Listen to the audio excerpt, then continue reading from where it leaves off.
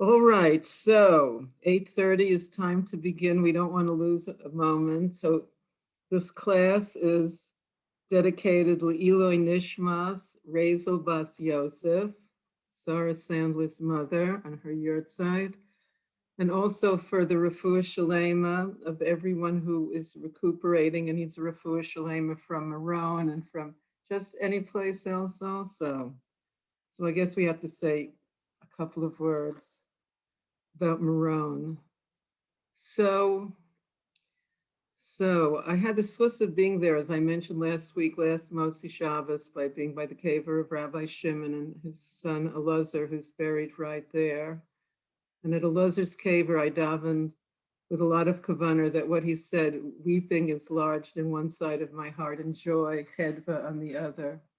And we can see how this, I daven for myself, I daven for all my friends and students that we should have the sanity of this balance of bearing this paradox. Because certainly the weeping, it seems like it was 45 tzaddikim that died that night, Lag BaOmer, from what we hear about all of them. And it gets sadder and sadder. When their names come, and I just heard a 4-year-old online saying Kaddish for his father. So the weeping, even a heart of stone could weep at that point. And then there's the simcha of being alive and being able to do mitzvahs and being able to do things like Eloi Nishmas and be up for people's refuah shalema, and that we're alive. And there's so much to be grateful for. So this is the paradox that Rabbi Elazar's and the Alter Rebbe brings in Tanya. I mean, it's sanity. It's being able to bear that paradox. So we should be successful. And Rav Yitzchak said that all of the people that passed away are in Rabbi Shimon's Heichel, and we should ask them to bring Mashiach. So I think Mashiach is close. Another reason to be v'simcha, l'chaim, l'chaim. Okay, so back to our studies. So for those who like to look in the book, we're on page 132. We'll review a couple of pages and then continue.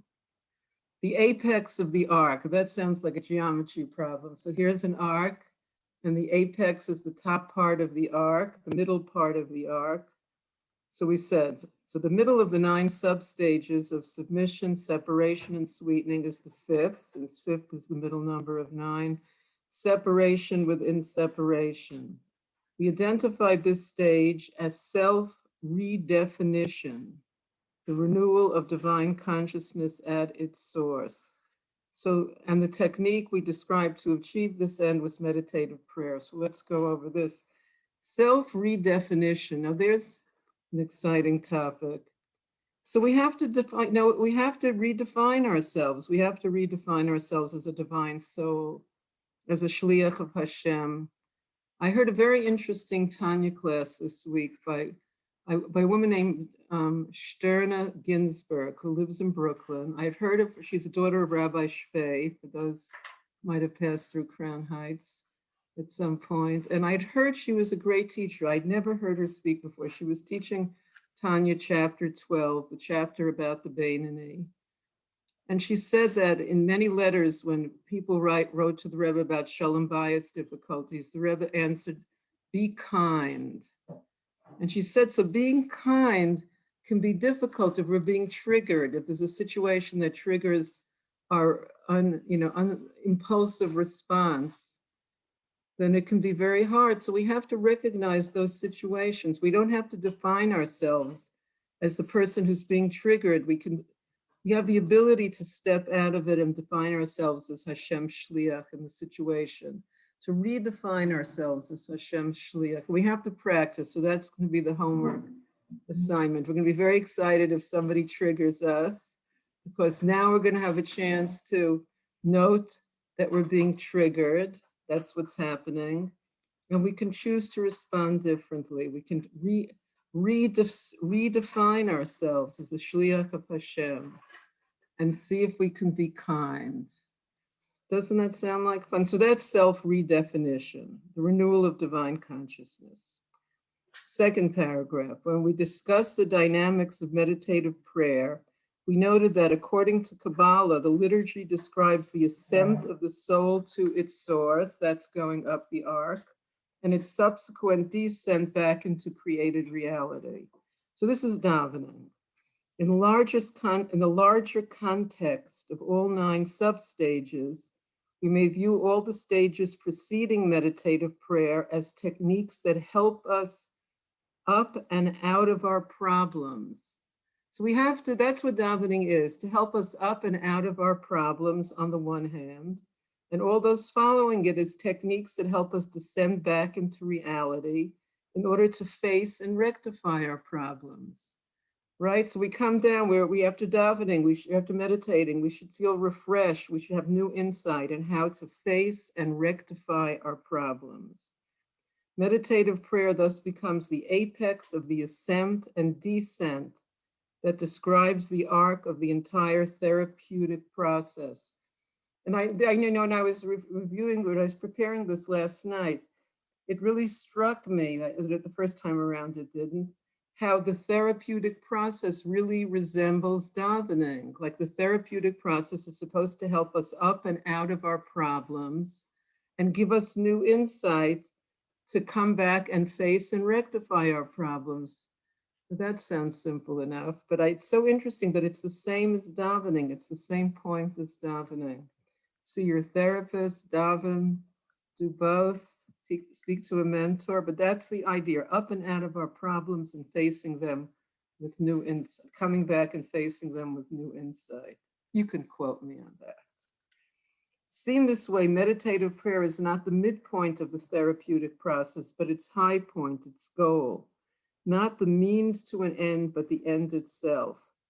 Indeed, the purpose of transforming evil into good, the end of the process, is to free us to realize our true divine selves and unite with God in the most profound and meaningful way.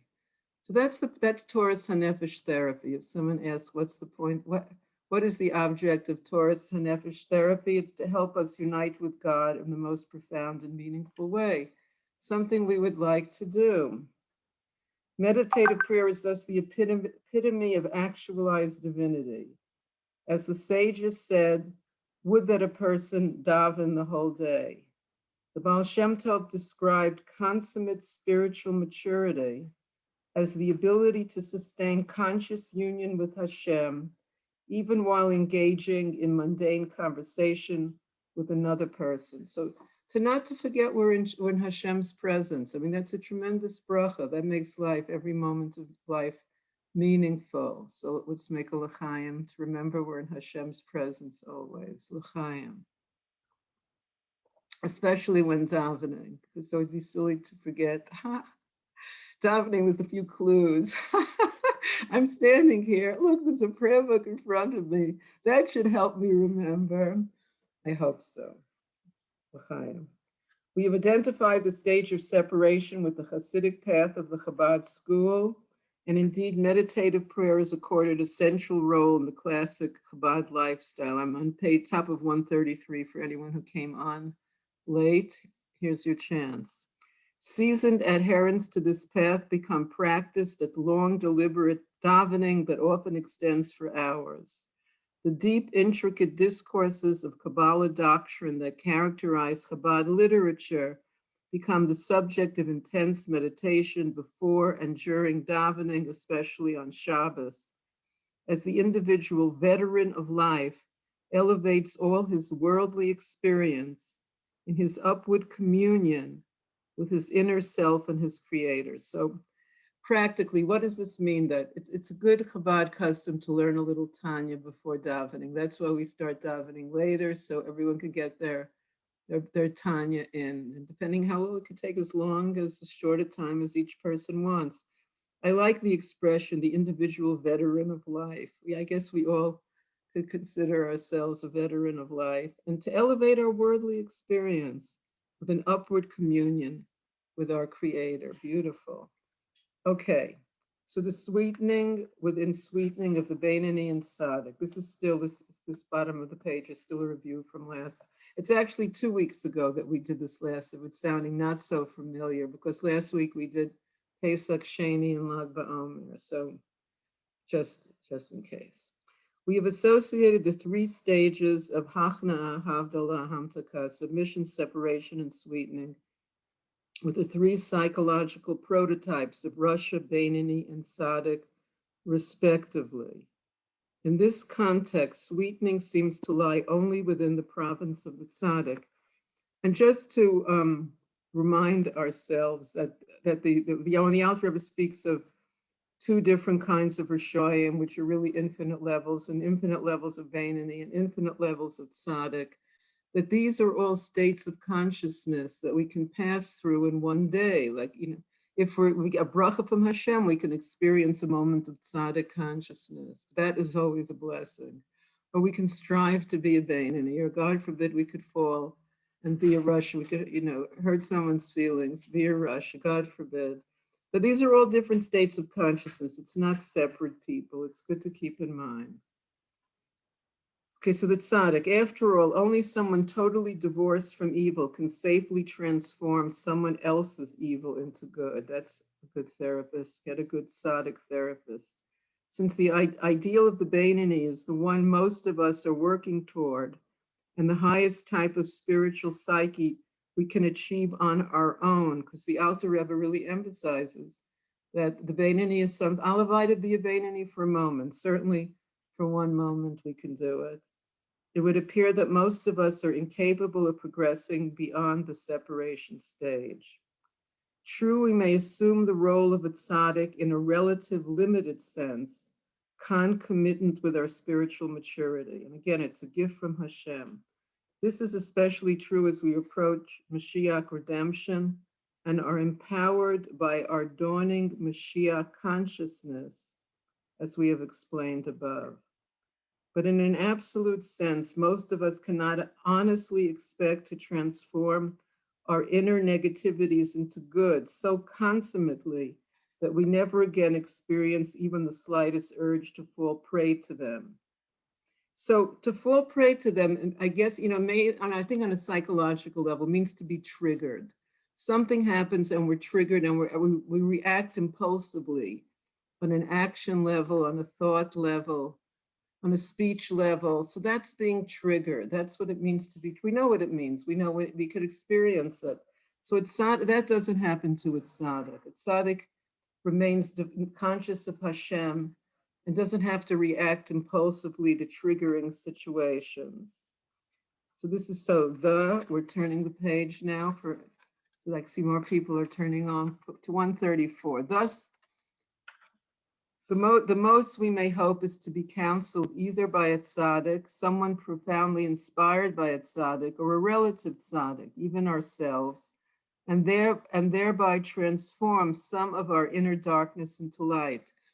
I mean, I guess it helps if we were lucky to get counsel from a tzaddik, because it's easier to receive things that might be hard to hear from a tzaddik. I've mentioned before, I think I mentioned last week, that Rabbi Yitzchak once said to me when I was bemoaning my unhappy childhood, he said, "Why shouldn't it have happened to you?"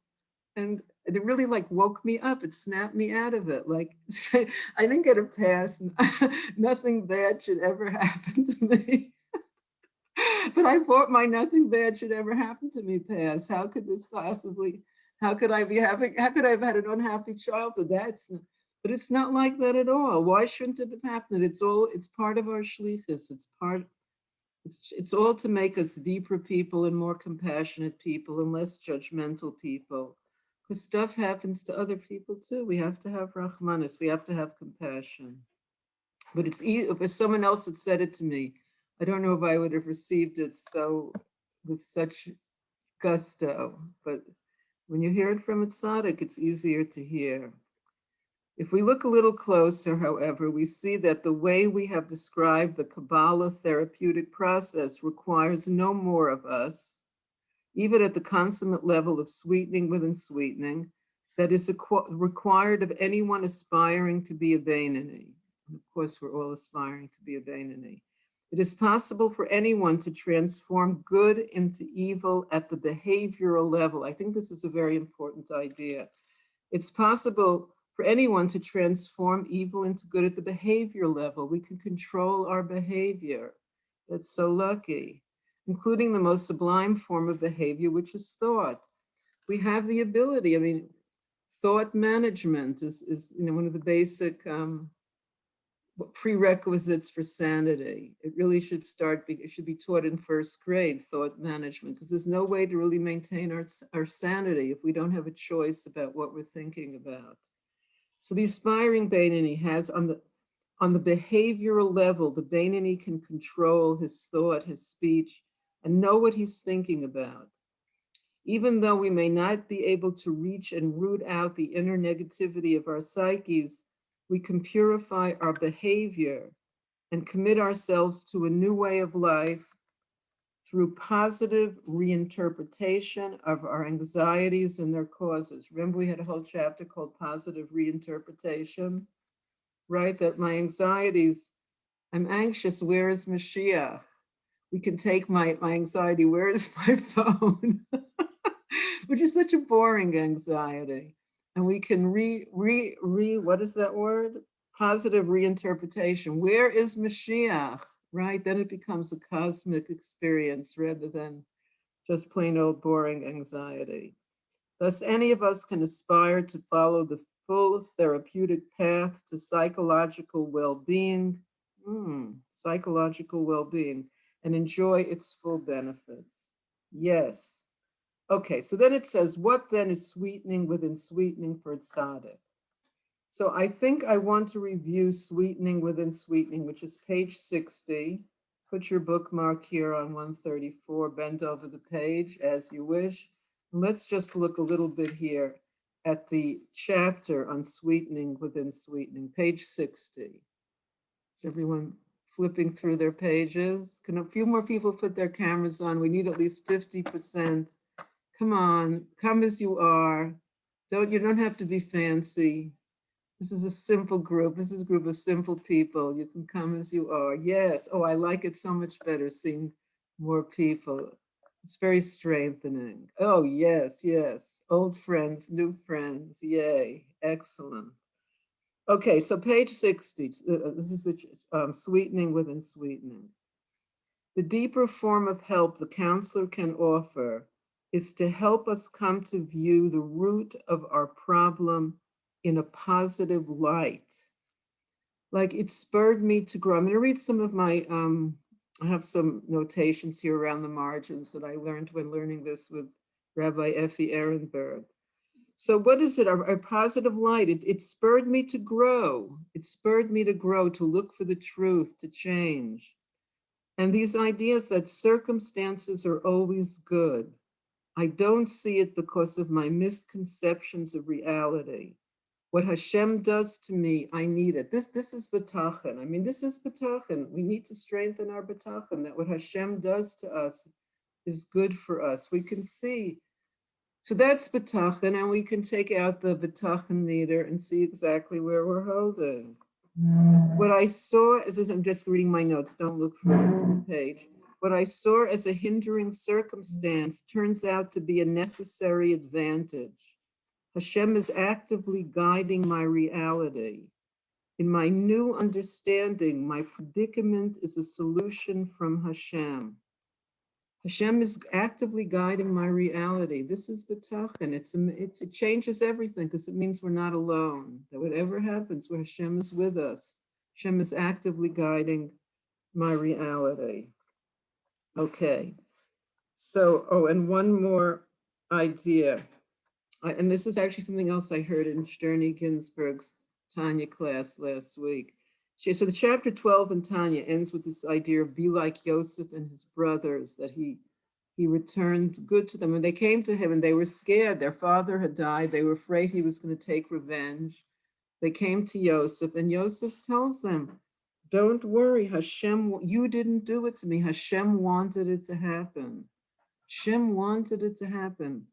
So this is a Yosef consciousness. Can we believe that in all the tough situations? For some reason, what we saw as a hindering circumstance was something that Hashem saw was necessary for our growth. Mind-blowing idea. Okay, so Back to page 60, second sentence. This radical turnabout is the culmination of the entire therapeutic process and may be considered the quintessence of the Kabbalah approach to psychotherapeutic healing. The final sweetening occurs when we reach a new, insightful perception of reality, a new, insightful perception of reality necessitated by the existence of the specific problem. This new perception enables us to understand the real inner flaw that led to the problem in the first place. And with this new knowledge, adjust our orientation to life so that we will no longer fall into the same trap. Though born of the tension created by the problem, this new perception of reality focuses on something much bigger. The root of the problem, ta-dum, ta-dum, the inconsistent, immature perception of reality. And what is that immature perception of reality? That it's about me. It's all about me. That's my immature perception of reality. And so the more I redefine myself as my divine soul, as a shliach of Hashem, then it's about my shlichus. It's not about me. It's about my shlichus. And life becomes filled with meaning because we could be kind in a lot of situations. We could bring kindness to a lot of situations. Okay, so there's one more thing in this little subchapter I want to read. If you turn to page 63, 1/3 down, throughout the ages. This is a very important part. I'm glad we're reviewing this. Throughout the ages, theologians have tried to resolve the mutual exclusivity of the doctrines of divine providence, we call hashgacha pratis, and free will. So this is hashgacha pratis versus free will. The ultimate solution is that for our finite minds, there's no logical solution.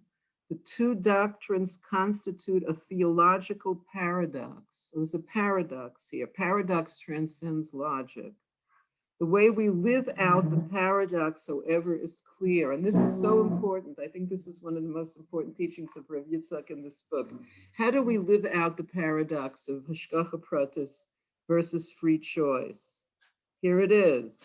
We invoke hashgacha pratis in making sense of the past, and we invoke free will in facing the future, the present and the future. So the whole past was hashgacha pratis. It was hashgacha pratis. Everything leading up to this moment that brings us here together was hashgacha pratis. But in this moment, I have free choice. So Hashem, as it were, removes his providence with regard to the choices we make, but after we have made them, it becomes retroactively revealed that they were predestined parts of the great divine plan. Thus, one more paragraph here, then we'll go back. Thus, whatever happens to us is directly attributable to Hashem's providence, and since Hashem is good and merciful, even if we find ourselves in a bad mood, it too must be for our greater good. So this is, when we started learning this, I realized that it's not easy, that Hashem is good. Like where are we holding? We do need to know where we're holding, because believing Hashem is good is betachin. We have to strengthen it. Let's make a l'chaim. Hashem should bless us with strengthened betachin, l'chaim, l'chaim. That we should believe deeply. We should have betachin and emunah that Hashem is good and that he's with us all the time. Okay, so that was our review of sweetening within sweetening. Now we're turning back, page 134. I hope you have your bookmarks. Okay, so what is sweetening within sweetening for a tzaddik? To answer this question, let us note that Rabbi Shneir Zalman, the Alter Rebbe, differentiates between two types of tzaddik: the partial tzaddik, the tzaddik she'eino gamor, and the complete tzaddik, the tzaddik gamor. The partial tzaddik has annihilated his evil to the point where he no longer feels any dark urges, but not so completely that he feels utterly foreign to it. Evil does not threaten him, but it does not overly upset him either. He has passed the moral divide between Beinoni and Saddek, but he's still in the process of separating himself from his inner evil. He doesn't give into it. He doesn't have the struggle that the Beinoni has not to give into it. The complete Saddek, the Saddek Gomor in contrast, has so dissociated himself from evil that it has no place in his universe. He is truly consumed with Mashiach anxiety, the Mashiach anxiety we described above.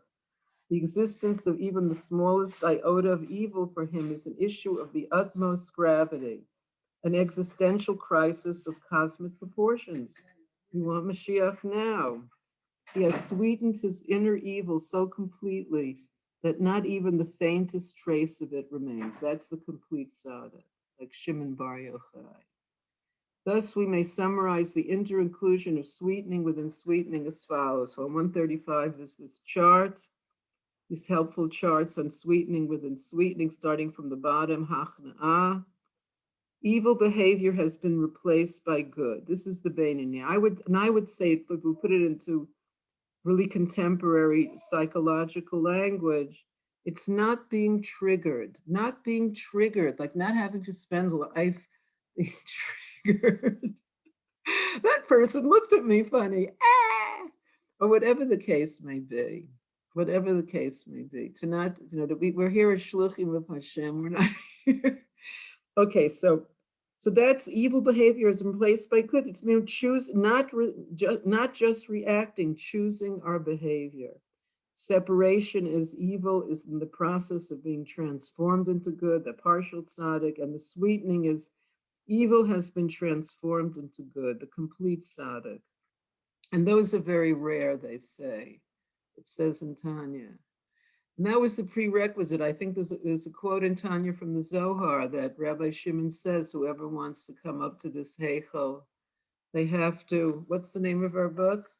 They have to have transformed darkness into light and bitterness into sweetness. For that university to be a tzaddik amor, those are the entry requirements. Upon even closer examination, we find that Rabbi Shner Zalman further describes in the Tanya 3 stages in the spiritual life of the complete tzaddik. He experiences hachna'ah, submission, when he annihilates the evil within him. Like David HaMelech, he says, my heart is a void within me, a void of evil, it says in Hillam, for he killed it by fasting, the commentary says. He experiences separation when he consummately dissociates himself from and hates evil. In other words, he recognizes it and steps out of it. There's no question of giving into it. He experiences sweetening when his inner evil has been totally transformed into good. Sounds like a great psychological state. So the sweetening within sweetening within sweetening, the bottom chart, the end of this chapter. So hachna'ah is annihilation of evil, separation is the hatred of evil, and sweetening is the transformation of evil into good. That is the lot of the tzaddik amor. Okay, so now we are about to begin the last chapter of our book. It's very exciting because we've done this book very slowly and carefully, over almost a year devoted to the study. So this last chapter is called the Therapeutic Books of Tanakh. So there's 3 unique books. We're about to find out what they are. This is very exciting. Although all the books of Tanakh, of the Bible, are rich with insights into human nature, 3 books may be considered the quintessential psychological books of Tanakh. The book of Psalms, Tehillim, the book of Proverbs, Mishlei, and the book of Job, Iyov. Okay, very exciting. So we're going to find out what's different about these 3 books. Why are these considered the psychological books of the Bible, of Tanakh? The Hebrew text of the Bible is annotated with diacritical symbols known as cancellation marks that indicate how the text is to be sung.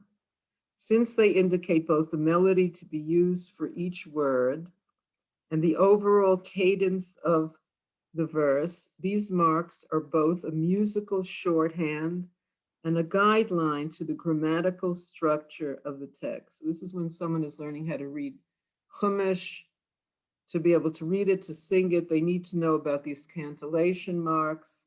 in order to know the musical shorthand and the grammatical structure. The same system of cantillation marks is employed for all the books of Tanakh, with the exception of these three books. These three books are read in a different way than all the other books of the Bible. Their unique system is more complex than the regular system and is also harder to chant. Almost all Jewish communities have lost the knowledge of the melodies represented by this system of cantillation. The fact that these three books are crafted and chanted in a complicated and somewhat esoteric way sets them apart from the other books of Tanakh, even as if they reflect a more complex and penetrating way of experiencing life. This notion is reinforced by their overtly deep philosophical content, which distinguishes them from the other legal and narrative literature that make up Tanakh. A lot of, we know there's a lot of stories in Bereshis, there's a lot of mitzvahs and Chumash, but these three books have a deep philosophical content. Upon closer examination, we may parallel these three books with the three stages of spiritual growth and Kabbalah psychotherapy we have been discussing. The order in which these books appear in the Bible follow this developmental sequence. So Hachna'ah, suppressing anxiety, which we spoke about, means making it smaller. When we feel an attack of anxiety, the first thing is to just make it smaller. So that's what it's called, suppressing anxiety. Making it smaller means there's room to step out of it. That's the separation. So ignoring anxiety means instead of it overwhelming me, I'm looking at what are my physical symptoms, what are my racing thoughts. I'm observing it. I'm not identifying with it. I'm simply observing it. That's the separation. And the sweetening is articulating anxiety. That's Eov. So Tehillim is Hachna'ah, Mishle is separation, sweetening is Eov, and we're going to see how this all fits together, but I'm sure everyone is all curious to see what's going on here. So the book of Tehillim gives full expression to our soul's prayers to Hashem. For thousands of years, Jews have recited Tehillim to voice the emotions of their broken hearts in times of pain and suffering, to arouse Hashem's mercy, Hashem's rachamim, and to thank Hashem for the miracles he has shown them.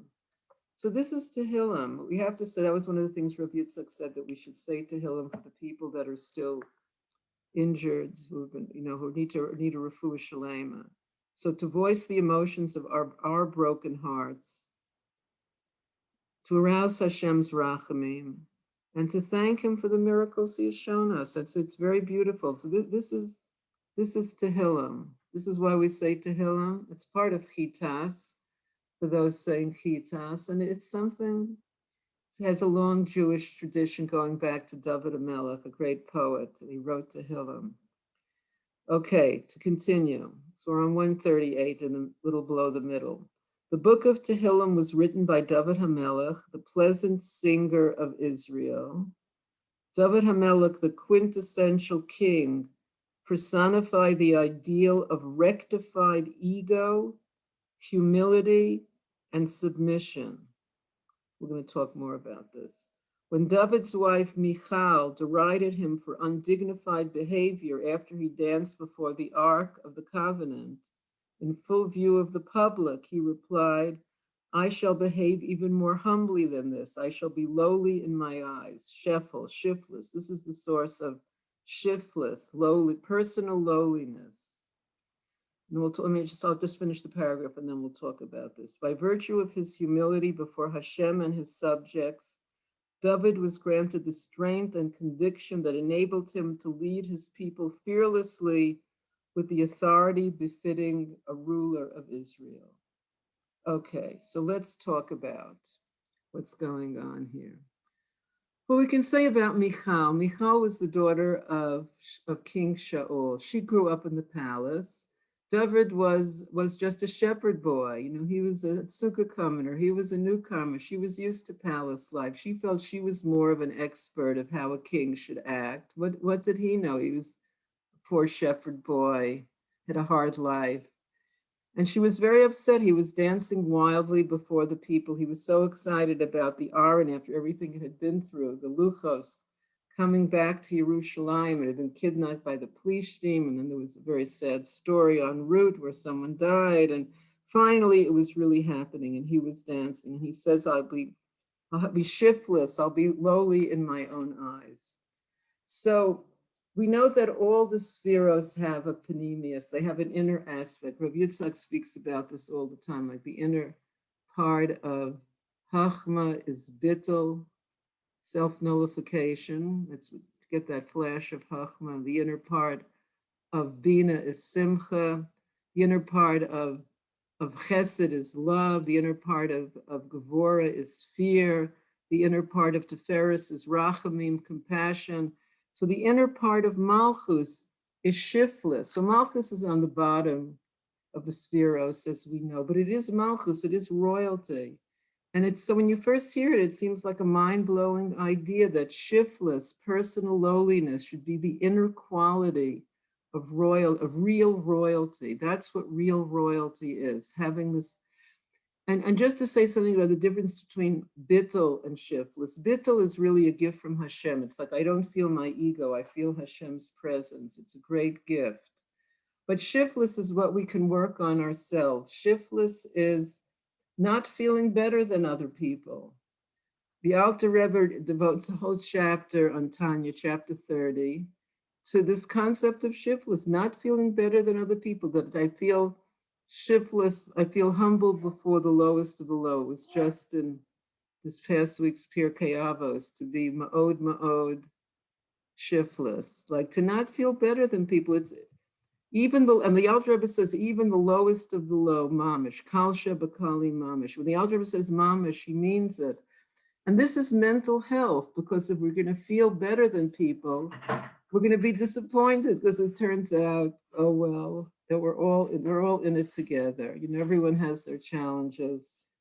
And that the Alter Rebbe says, how can we really feel shiftless is to walk a mile in someone else's shoes. Because if we walk a mile in their shoes, we can see what their tests are. We walk a mile in the shoes of the lowest of the low and see, how difficult, how huge are their taivas, or their desires, and how much effort they would have to put in to overcome their desires. And then we ask ourselves, am I putting this much amount of effort? The Alter Rebbe says we should ask ourselves, am I putting this amount of effort into doing good? No, I'm not putting that much effort. And then the Alter Rebbe said, by the way, you're putting in that much of effort into refraining from evil. Why? No, actually, I'm not. So therefore, we can conclude that we're not putting in the effort the lowest of the low would have to put in. So what grounds do we have to feel better? They just happen to be given bigger challenges. But the effort we're not, and it's humbling to see that we're not putting the effort they would have to put in. So this is the idea. And what about in a situation where we just can't bear it? Did you ever meet someone and we feel I couldn't walk in their shoes? It would be too painful. I couldn't be them for 5 minutes. I just couldn't. I don't have the strength. So then the Alter Rebbe says, don't judge. So don't judge is choice too. I would think don't judge is like a really big deal. Look, I'm not judging. No, that's choice too, because walking a mile in their shoes is what gives us humility, to see how much effort that person would have to put in to overcome their taivas. So this is the idea of shiftless personal lowliness, and this is what we learned from David HaMelech. And this is what gave him the strength of Malchus, because it's always important, in case there's any new people here, it's always important to know the difference between shiftless and low self-esteem. Because sometimes when people first learn about it, they confuse it. Low self-esteem is still very me-centered. Poor me, I'm a horrible wretch. Poor me, I've suffered so. I'm laughing and crying, don't get me wrong. So that's nothing to do with shiftless. It's just, it's all about me. Shiftless is not feeling better than other people. It's very healthy because it's a very balanced position. right solidly on the ground. We don't have to fall. We don't have to have big ego falls. And Rav Yitzchak in his book, Lev Ladas, speaks about the best way to maintain shiftless is to give Hashem credit for the good that we do. Because if we take credit for the good that we do, it builds the ego. And then the ego has to fall. Then we wind up doing bad to bring the ego down to its proper place. So we could avoid all those bouncy ups and downs by giving Hashem credit for the good that we do. And people say, oh, you're just such a super duper hostess. Whatever they might say, just say Baruch Hashem. You know, Hashem gave me, and to think Hashem gave me the strength to do it. It's like, doesn't it seem it's mental health, little God, that's what we're learning here, right? This is Torah psychology. Okay, so that's the story with David. He was granted this, so from his shiftless, this is what granted him the strength and conviction that enabled him to lead his people fearlessly with the authority befitting a ruler of Israel. His shiftless did not interfere with his fearless leadership, with his bravery, with his authority. It was just personally not feeling better than other people. It's really a brilliant idea, amazing idea. Never would have thought of it. Okay, so bottom of page 138. David HaMelech taught us by his own example that it is always possible to return to Hashem. It's always possible to do tshuva. That's a good thing to know, because someone could feel very depressed and feel like, you know, there's no way I can do tshuva, it's just too late. But everyone can do tshuva. This is one of the lessons also from this past Shabbos, this Pirkei Avos. So that was just yesterday, actually. It includes Acher, otherwise known as Elisha ben Avuya. That was his name. After he became an apikoros, a heretic, and tried to get in every possible sin, he was a prostitute, actually gave him, this couldn't be Elisha ben Avuya. This is Acher, which means somebody else, other. And that's how he's referred to afterwards in the Talmud, in the Gemara. So, and he didn't think he could do tshuva. Rabbi Meir, who had been his student, and there's a story that once Acher was riding a horse on Shabbos, a no-no, and Rabbi Meir's sermon followed after him to hear the words of Torah, the brilliant pearls of Torah that were coming out of his mouth while he rode the horse. And after they reached the Techum Shabbos, the limit to where you can walk on Shabbos, he said, Rabbi Meir, you have to go back now. And Rabbi Meir said, you come back too, meaning not only to come back physically, but to do tshuva. But he felt he couldn't do tshuva. He felt he had sinned so much that he couldn't do tshuva. And on his deathbed, Rabbi Meir, his devoted student, was there, and he felt that finally at the end, Acher did tshuva. So there's always possible to return to God. Let's underline that. In case we have to remind someone of that. It's always possible to do tshuva. And tshuva is infinite. The Rebbe would say with a little smile that even a tzaddik Amor could do tshuva, because Hashem is infinite. We can get infinitely closer to tshuva. And Rav Yitzchak, when he wrote this letter today, you might have seen it on one of the Galei sites about, it's one of the things to do for the healing of the people that were injured in Meron is tshuva b'simcha, which is also a paradox. Tshuva b'simcha, that seems like a great way to do tshuva. Why do tshuva depressed when we can do tshuva b'simcha? So when we recite Hillam, we identify with David HaMelech, and no matter how far away we may feel from Hashem, the Tehillim uplifts our spirits and restores our hope to reconnect with Hashem. I think that's a beautiful kavanah when saying Tehillim, that Hashem should bless us to reconnect with him. And this is, remember we spoke about how the Maharal said tshuva, the simplest kavanah of davening is, I want to do tshuva, I want to get close to you. Something that even us simple people can remember at any point during davening, to think, I want to do tshuva, I want to get close to you. All right, so this brings us to 9:14. Baruch Hashem, Rav Yitzchak Brang on the early evening of Lag BaOmer. So Baruch Hashem, he's feeling better. So let's send him one more get well. If people could put on their cameras and their get well smile. And then I'll kiss everyone. We'll have a kiss. Oh, this is great. Come on, more people. Karen, Paula, Sarah. Come on. Oh, look, people are appearing. Look at these gorgeous people. Chaya. Yes, so good to see everybody. It's wonderful. It adds such joy. Come on. We're going to say 1, 2, 3. Okay. Get that get well smile. 1, 2, 3. Yes. All right. So thank you so much. It was wonderful seeing everybody. Really wonderful. Looking forward to seeing you all next week. It should be a wonderful week. Mwah. Hugs and kisses. Lots of love from Bat Ai and the land of Israel. Kol Tov.